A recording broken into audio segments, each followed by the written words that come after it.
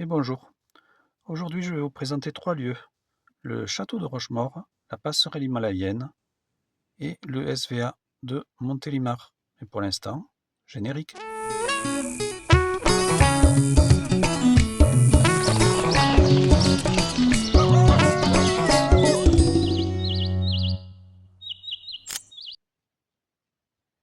Voilà, pour commencer, je vais vous parler un petit peu du château de Rochemaure. Au début, je n'étais pas parti du tout là-bas pour le visiter et finalement, très bonne surprise. Donc, il a un donjon qui est imposant et qui domine toute la vallée du Rhône.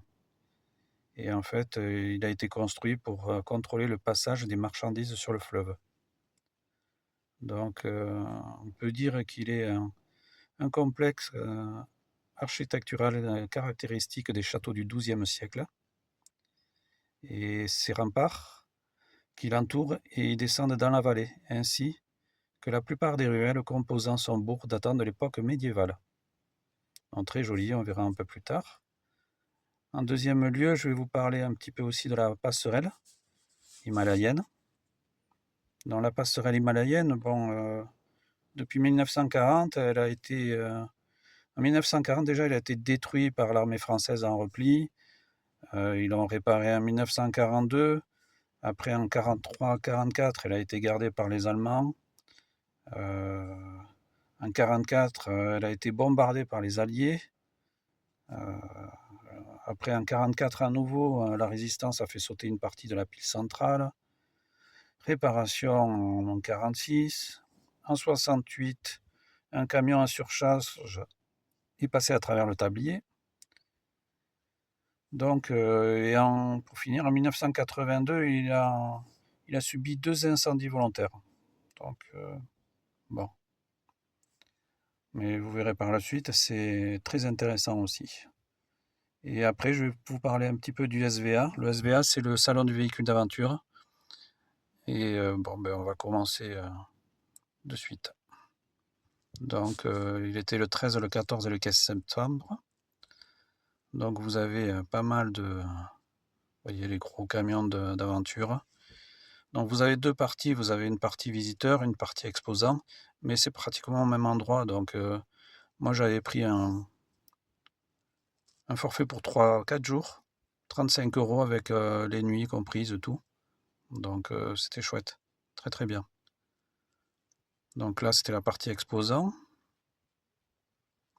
Avec les 4x4, avec les petites cellules.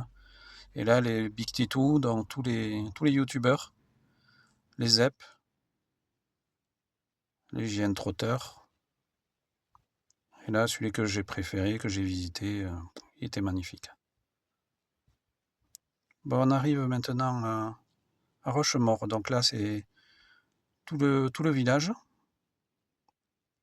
Donc comme d'habitude, oui, ça grimpe pour arriver jusqu'au château.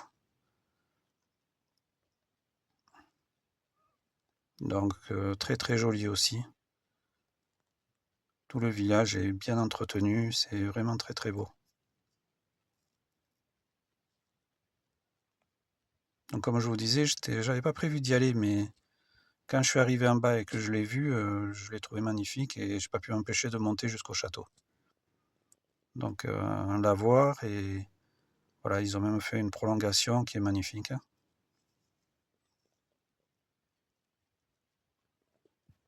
Donc là, à partir de là à peu près, il y avait un chemin qui montait jusqu'en haut. Des voitures y montaient, mais après je sais pas trop où elles se garaient, et puis c'était un peu le bazar pour monter. Donc voilà, sur la route il y avait une chapelle, enfin sur le chemin il y avait une chapelle. Un peu inquiétante. J'ai pu y rentrer, mais même, vous allez voir, le cimetière, tout à l'abandon, c'était digne d'Halloween, quoi. C'était un peu particulier.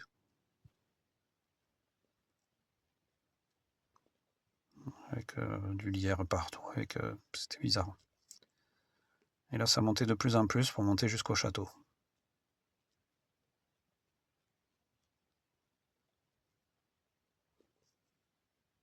Voilà un peu le style de vue que vous avez sur toute la vallée du Rhône. Donc, c'est vraiment très beau. Et là, c'est la partie haute du château, qui était fermée. Elle est ouverte juste en juillet-août, dans 3 € en accès libre et 5 € avec un guide.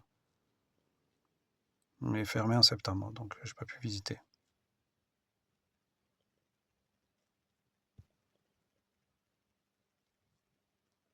Voilà, là c'est la passerelle himalayenne, dont je vous parlais tout à l'heure.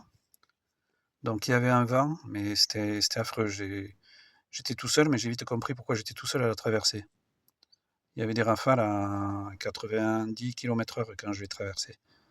Donc voilà. Et là, j'arrivais à peine à tenir le téléphone et pourtant j'étais protégé par les 2 piliers. Donc j'ai un peu flippé sur la traversée. Voilà, c'est la fin de la vidéo. Merci, au revoir.